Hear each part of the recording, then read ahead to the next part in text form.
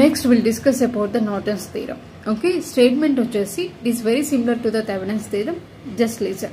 Okay, any linear two-terminal network of sources and resistance is replaced by an equivalent circuit of current source within a parallel connector resistance. Okay, ఈ resistance and current వాల్యూని ఏమంటారు అంటే Norton resistance and Norton current source అంటారు. Okay, మరి ఎక్కడ use చేస్తామో మనం ఈ థీరమ్ని అని అంటే ఎక్కడైతే సర్క్యూట్ అనేది which has multiple parallel branches and also the circuit అనేది purely dominated of current sources, ఇలాంటి కాంబినేషన్లో మనం నార్టన్స్ థీరమ్ని యూజ్ చేస్తాం. ఓకే, సో అండ్ ఎలా ఫైండ్ అవుట్ చేస్తారంటే the same procedure what we followed for the Thevenin's theorem. Okay, already మనం discuss చేసేసాం. ఓకే, కరెంట్ సోర్స్ని ఫైండ్ అవుట్ చేసేటప్పుడు just we remove the load resistance value.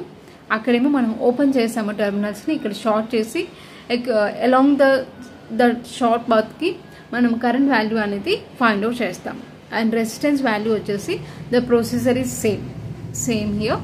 We are deactivate all the independent sources and we find out the Norton resistance value. Okay, ఇలా ఈ ప్రొసెసర్ని follow అవుతాం.